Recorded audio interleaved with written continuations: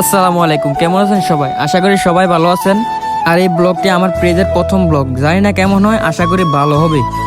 যাইতেছিলাম মৃদুল ভাইয়ের একটি কাজে পবিত্র কণ্ঠনগর। আর মৃদুল ভাই কোন জানি একটা সিপাই দিয়ে ডুয়ে দিয়েছে অ্যামাজন জঙ্গলের মাঝখান দিয়ে। আর অ্যামাজন জঙ্গলের মাঝখান দিয়ে অনেকক্ষণ হাঁটলাম। হাঁটাহাঁটির পরে দীর্ঘক্ষণ হাঁটাহাঁটি করার পর চলে আসলাম রাস্তার মাথাত আইসিটা ছোট্ট করে বানাই নিলাম একটা ফানি ভিডিও। তারপরে হাঁটতাছি রাস্তার শেষে না, তারপর অনেকক্ষণ হাঁটার পর চলে আসলাম মনির ভাইয়ের বাসায়। মনির ভাইয়ের বাসায় আসার পর দেখি মনির ভাই বাসায় নেই। তারপর আমরা উঠানে দাঁড়ায় অনেকক্ষণ ফাজলামি দুষ্টামি করতেছি।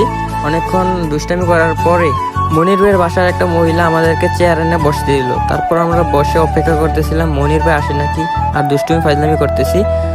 তারপর বসে অপেক্ষা করতেছি, দুষ্টুমি করতেছি। পরে দীর্ঘক্ষণ বসে থাকার পর মনির ভাই চলে আসলো আমাদের মাঝে। আর মনির ভাই এসে মৃদুল ভাইয়ের সাথে কথা বলতেছে কিসের জন্য আসছে। মৃদুল ভাই আসছে মূলত মরিচের জন্য। আর মৃদুল ভাইয়ের একটি নার্সারি আছে, সেই নার্সারিতে এই মরিচের বীজগুলো রোপণ করবে। মৃদুল ভাই মরিচগুলো নার্সারিতে দেখে নিতে আসে মরিচগুলো ভালো নাকি, এগুলোর ভিতরে দানা আছে নাকি। তারপরে টাকা লেনদেনের বিষয়ে মনির ভাই বলতেছে 2000 টাকা, আমরা বলতেছি না 1800 টাকা রাখেন, আমরা 200 টাকা দিয়ে নাস্তা করবো, এই বলে আমরা চাইয়ে নিলাম। মনির ভাই বললো আচ্ছা ঠিক আছে। তারপর মনির ভাই এগুলো প্যাকেট করে আমাদের হাতে ধরিয়ে দিল। তারপর মরিচগুলো আমার হাতে নিয়ে সেটা লাড়াচাড়া দিয়ে একটু ক্যামেরার সামনে দেখাই দিলাম। আর ওইদিকে মামুন আর রাহুল মামা লেগে রয়েছে দাঁত গণনা লইয়া। মামুন বলতেছে আমার 32টা দাঁত, আর রাহুল মামা বলতেছে না তোর 32টা দাঁত হবে না। 7, 8, 9, 10, 11, 12, 13, 14, 15, 16। আর এদিকে আমি আর মৃদুল ভাই বিদায় নিয়ে নিলাম মনির ভাইয়ের কাছ থেকে। ভাই আমরা গেলাম, হ্যাঁ ঠিক আছে।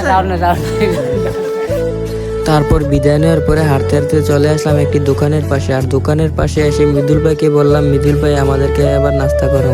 মৃদুল ভাই বলতেছে না নাস্তা করানো যাবে না, আমাদের সাথে তর্ক বিতর্ক করতেছে। তাই আমরা জোরাজুরি করে মৃদুল ভাইকে দোকানে নিয়ে যাওয়ার চেষ্টা করলাম। তারপরে মৃদুল ভাই এত শক্ত আমাদেরকে আর খাওয়ালো না। তারপর আমরা হাঁটতে হাঁটতে চলে আসলাম পবিত্র কণ্ঠনগর। আসলে এই গ্রামটির নাম পবিত্র কণ্ঠনগর না, গ্রামটির নাম হচ্ছে কণ্ঠনগর। এই এলাকার পোলাপেন দেয়ালে লেখা রাখছে পবিত্র কণ্ঠনগর, তাই আমরা পবিত্র কণ্ঠনগরই বলি। আর এইদিকে রাস্তা দিয়ে হাঁটার সময় রাহুল মামা আমাদেরকে একটি স্কেল দেখিয়ে দিল। তারপর রাস্তা দিয়ে হাঁটার সময় দেখা হয় আমার একটি খুদে ভক্তের সাথে। তারপর আমি তার সাথে হাত মিলিয়ে তার থেকে বিদায় নিয়ে নিই। আর এই ছিল আমার আজকের এই ব্লগটি। কেমন হচ্ছে অবশ্যই কমেন্টে বলবেন। সবাই ভালো থাকবেন, সুস্থ থাকবেন। আসসালামু আলাইকুম।